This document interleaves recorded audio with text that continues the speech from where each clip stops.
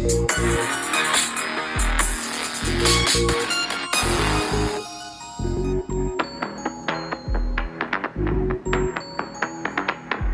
directed energy, basically laser beams. All the services are interested in them. They've been interested in them for decades, going back before the technology was even available. In the most recent years, we've seen a lot of directed energy or laser projects geared at counter-drone options.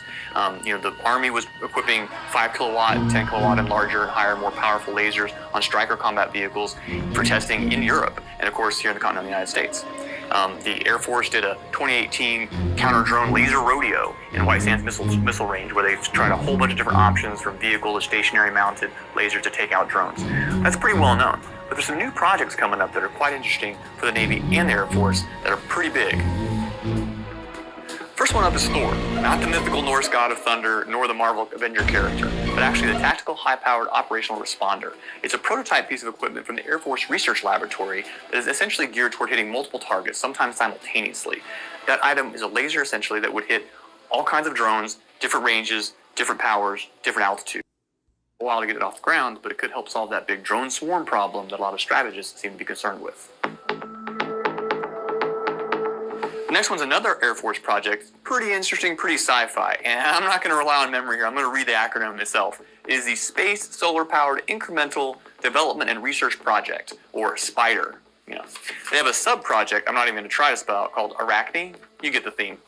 But essentially what it does is it takes solar power, 2 satellites that are going to collect that energy and then beam that energy through RF frequency to a forward operating base that will then collect it, transfer it back into power. So instead of having generators, convoys, and all the fuel that you would need for that, you literally are getting your energy from the sun through a satellite. The next one is from the Navy. It is the Directed Energy Systems Integration Lab. Now the lab broke ground earlier this year and is scheduled to open in December. It's essentially a lab built entirely around figuring out how to put lasers on ships, whether that's to hit drones, use weapons against other ships, maybe lasers for communications. There's all kinds of options. And this lab is actually going to have about a 36,000 square mile range for testing, and it's going to be testing all these different ideas, all these different concepts for the Navy. So Air Force is looking at space, Air Force is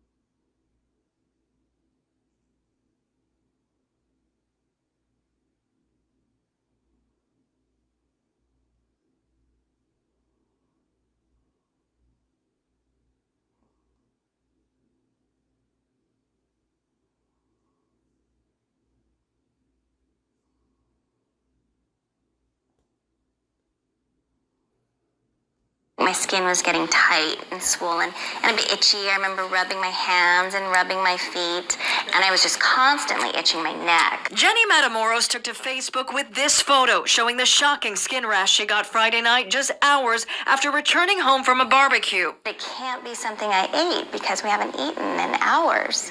And so that's when I wondered, I wonder if anybody else in the area is feeling the same thing.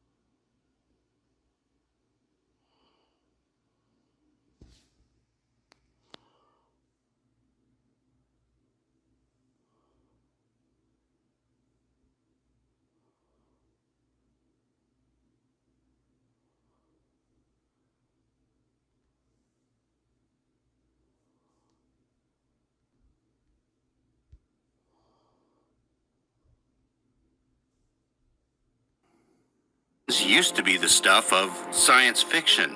Now, they're closer to getting real.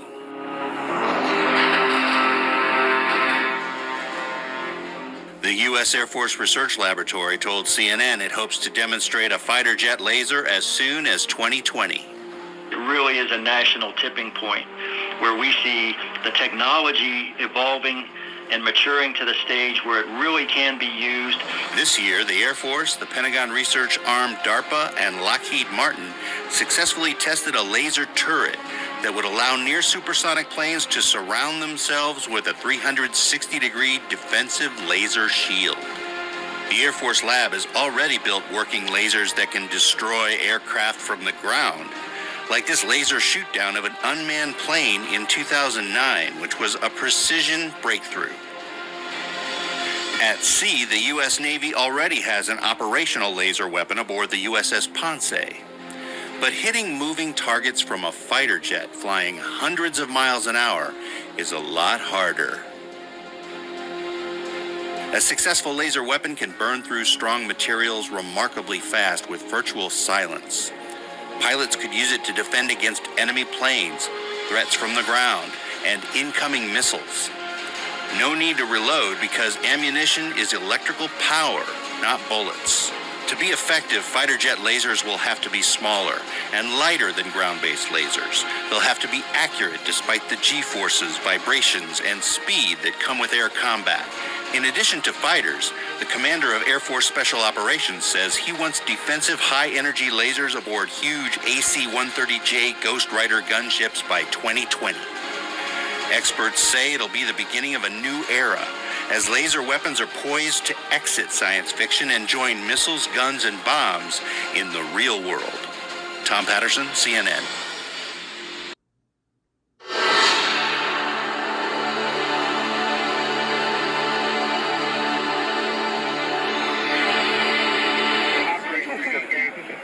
Marines and several other DoD representatives had quite the heated demonstration at Quantico, Virginia from the Joint Non-Lethal Weapons Directorate. This is a military area. Move away from the perimeter. I say again, this is a military area.